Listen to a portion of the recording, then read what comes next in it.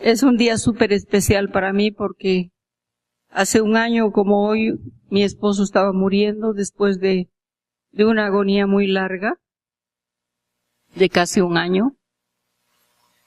Y en el primer momento, cuando muere un ser querido que ha estado sufriendo, pues lo que hace uno es encontrar rápido el consuelo y decir, gracias Señor por habértelo llevado porque él ya no tiene sufrimiento.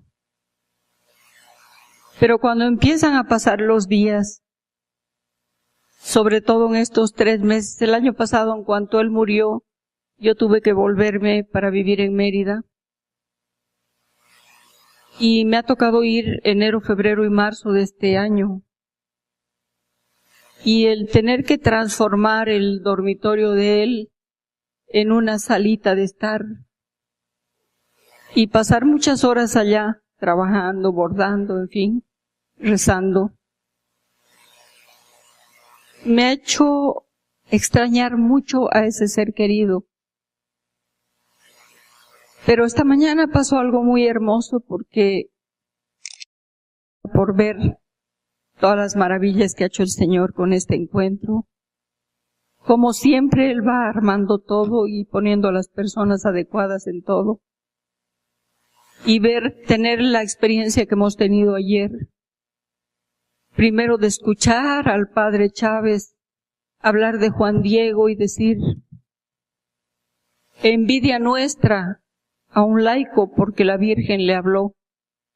Y sentirme yo como ese laico y decir, Dios mío, si tú también me has hablado, si también me ha hablado la Virgen Santísima, y yo ¿qué soy? ¿Quién soy? En comparación con la humildad y la santidad que ha debido tener este hombre. Luego el llegar a la basílica y tener la dicha la emoción de ver tantos sacerdotes concelebrando con Monseñor. Y claro, un recordatorio hacia atrás de cuando empezamos a venir Padre Renzo y yo. No quiero alargarme con esto, pero quiero que entiendan un poco lo que ha significado para mí todo esto. Entonces, ayer fue así, un shock. Y esta mañana igual. Y como yo la misa la había ofrecido y había encomendado al alma de mi esposo, encomendarlo a Dios para que, pues si él tenía algo que pagar todavía de culpas, que lo perdone y que lo ayude y que lo lleve pronto a su lado. Pero sentí en mi corazón que todo ese dolor que él ha tenido, todo el sufrimiento ese que ha tenido durante un año, ha servido también para esto. O sea, el sufrimiento nuestro no es en vano. Los dolores, las amarguras, todo lo que he sufrido yo en ese año, también ha servido para fructificar esto y para ver ahora esto. Y me maravillaba y decía, gracias Señor por el esposo que me has dado. Gracias por los sufrimientos míos y los sufrimientos de él. No sé cuál ha sido más fuerte, porque el ver sufrir a un ser querido y sin poder hacer nada, pues aparte del dolor, crea una impotencia. Y que no sé cuál es más fuerte, si el dolor o la impotencia. Pero todo esto hace que yo vuelva hacia atrás, un poco atrás, a los inicios de cuando Padre Renzo y yo comenzamos a salir de Bolivia. Bueno, el inicio para nosotros fue el empezar a evangelizar en los pueblitos, porque Padre Renzo tenía a cargo unas escuelas. Yo trabajaba con él en las mañanas, en las tardes trabajaba con Monseñor y en las noches con el Señor. Entonces, salíamos, sí, iba subiendo el Padre, Monseñor y el Señor. Íbamos saliendo a los pueblitos primero, y sí, eran caminos terribles, porque en mi patria los caminos son terribles, no tenemos buenas carreteras. Y volvíamos todos empolvados, sudorosos, bueno. pero felices los dos. Y luego pues empezó el Señor a sacarnos al exterior y empezamos a abrir camino en México. Para esto permanecíamos 8 días en Bolivia, 20 días entre Miami y México, y volvíamos otra vez 8 días a Bolivia. Para las personas que no saben, quiero decirles que el vuelo de aquí a Bolivia son 8 horas. Es igual que ir a Europa. Y hacerlo cada 20 días, cada 8 días era pues terrible, ¿no? No teníamos dinero, o sea, los pocos recursos que teníamos, lo poco del padre, que era un pequeño sueldo que le asignaba a la congregación, y yo pues parte de la pensión que tenía de mi marido, ¿no?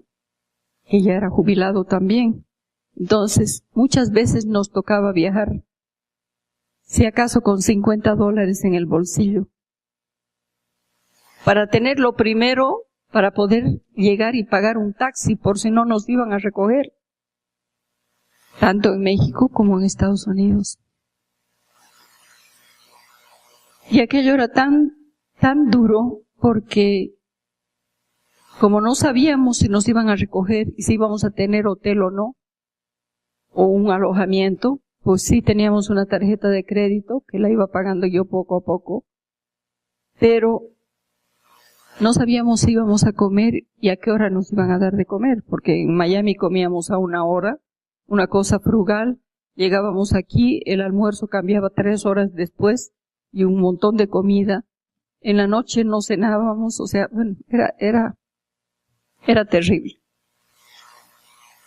Y en esa pobreza y en eso que estábamos nosotros, no nos importaba, porque lo que queríamos era esos pocos dólares que teníamos para vivir, gastarlos en el Señor, porque ese era nuestro afán y ese va a ser siempre nuestro afán. El Señor ha ido proveyéndonos de todo en este tiempo. No es que no hace falta nada, hace falta mucho. Creo que es hora de que el ANE empiece a responder y empiece a saber que cuando uno da, el Señor le devuelve muchísimo más. En todo, en esfuerzo, en tiempo, en capacidad, en no dormir, en sufrir y también en la parte económica. Pero bueno, eso no me toca hablarles a mí. Simplemente hago una rememoranza de todo. Y cuando el padre Saúl esta mañana hizo la oración hizo su prédica y decía, ¿qué oración harían ustedes en la lectio divina? ¿Qué oración harían ustedes? Yo un momentito cerré los ojos y decía, Señor, ¿cuál sería mi oración? Mi oración sería decirte, hace 21 años, te invité a subir en mi barca, entraste a mi barca y eché las redes en tu nombre. Los peces son ustedes, sus comunidades y las casitas de oración de cada comunidad. Entonces, mi barca está a esta altura llena. No es que ya no entra más y que no le pido más al Señor. Sigo echando y seguiré echando redes en su nombre mientras yo viva. Espero hacerlo. Pero le pedí al Señor y decía, haz que cada uno de ellos te diga sí en la forma en que yo te he dicho. Entonces, si cada uno de ustedes, el Señor multiplica los peces y hace que cada uno de ustedes meta todos los peces que ahorita hay en mi barca, imagínense qué rápido vamos a poder llegar a toda la humanidad. Pero solamente a Él hay que decirle que sí.